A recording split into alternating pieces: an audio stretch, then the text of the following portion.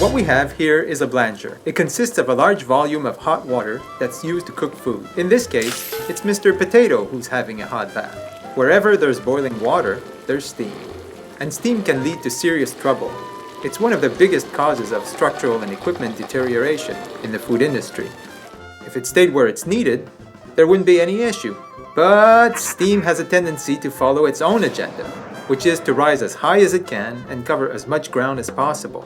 Wherever steam goes, it causes damage. So we try to contain it as best we can. In the case of our blancher, a cover does the trick. It keeps most of the steam in. However, we have to leave a few openings for the food to get in and out. Rogue steam always escapes at the intake and the discharge end. And when the steam comes to rest on the ceiling and on the structures, it cools down. It condenses, and that's where the trouble begins. If it's a metal structure, you soon end up with rust. If they're painted, the water seeps under the paint, and then the paint cracks and chips, and eventually it falls off. Now, flaking paint and rust are not the kinds of things we want to be having for dinner, are they? Yet, where are we most likely to find these problems? Directly over the openings in the blancher, over the open product zones. If that's not bad enough, moist areas are perfect for microbial growth. Ideal breeding grounds for molds. Black mold often shows up when there's a combination of high humidity and a lack of attention. So to recap, steam leads to condensation, and condensation leads to flaking paint, flaking rust, and mold. Does that mean that all condensation leads to trouble? Well, not necessarily. It's perfectly fine for condensation to build up inside the lid of the blancher, which is sanitary. It's made of food-grade material, it's easy to clean, and it's cleaned on a regular basis. There are no bits and pieces falling all over the place. If condensate drips down, it's only clean water falling back into the food. It's quite another thing for condensate on overheads and ceilings to fall into the product zone. That water contains filth, paint flakes, mold, and rust. I think we'd all rather pass on those.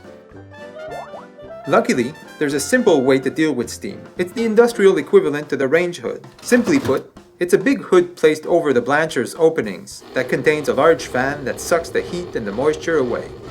Engineering air extraction can be quite complicated. On the other hand, figuring out if the unit is doing its job is very simple. If there's steam all over the place, the job's not being done. If you see steam coming out from the sides of the hood, there's a problem. Now when that happens, there are two main things to consider: the location of the unit and its capacity. Is the hood located where the steam is released or not? If not, move it to where it should be. If the location is good and you still see steam escaping, you might need a bigger fan, a bigger hood, or a better design. To recap, we need to remember three things. First, whenever you see flaking paint, flaking rust, or mold, remember to look for condensation. When you see condensation, look for steam. Second, condensation on a clean surface like the inside of our lid is okay. Condensation on a soiled surface is not, especially if it's above open product zones.